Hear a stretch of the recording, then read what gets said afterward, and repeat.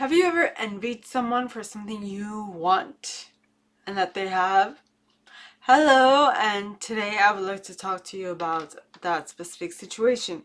Now, in this situation, what I'm seeing is that you are envious of something that other people have and that you somewhat lack at the moment, and you're not really understanding why the situation happens, but it is something you don't really grasp as to why it's happening exactly like this. And I'm talking of this because right now I'm not really envious of anyone else, but I remember at some point I was wondering why were other people getting what I wanted and not me. Now, today at church, I heard that one of the girls got engaged, which I'm very happy. But not too long ago, I might not have been I wouldn't have been happy for her. I would have been a bit envious of her. And I remember a couple of years ago, I was actually the person that other people were envious of, in the sense that I seem like I have everything together and that people liked me and they wanted that for themselves as well, and things of that nature.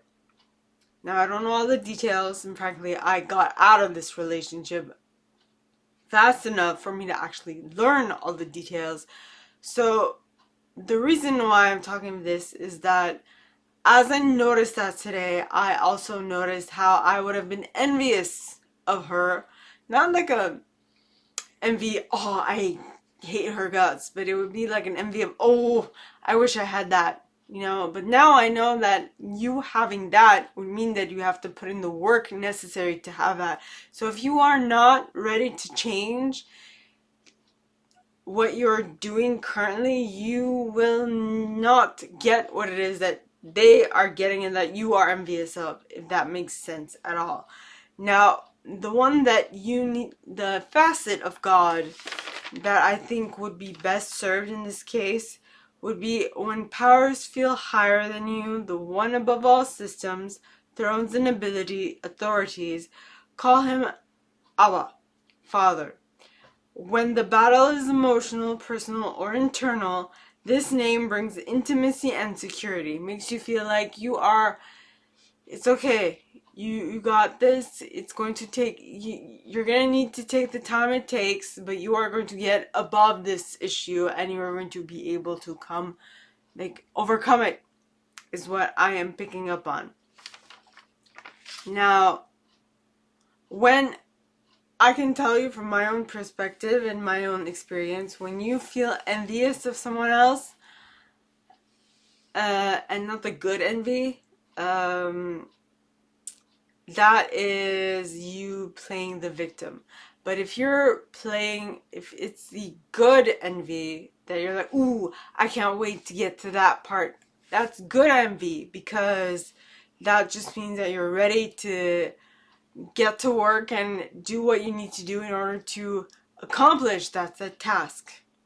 Okay, so, and I feel like that would be the distinction between the envious, like the jealous envy, and the good envy, is that, so the jealous envy would be victimhood, would be that of a victim mentality, and the envy of like, okay, this is what I need to do, I want that, so what do I need to do to get that too?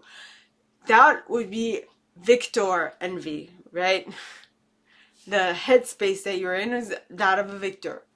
So now, I took out my scripture cards to see exactly what scripture card will best help us move from a victim mentality to a victor mentality, because what I've discovered is that, everybody's going to experience this thing from a different perspective. And if you are at in a victim perspective, you want to get to a victor perspective so that you can actually attract what it is you want to you. Because when you are in a victim perspective, you're actually keeping what it is you want away from you. So you want to move out of the victim mentality and into a victor mentality, because that is what is going to get to you faster. So please, God, angels, and guides, anyone from the highest good who has a message for my viewers and I, please come forward and share one scripture card to help us move from a victim mentality to a victor mentality. Please, God, angels, and guides, anyone for the highest good who has a message for us, please come forward and share what what scripture would best help us move from a victim mentality to a victor mentality.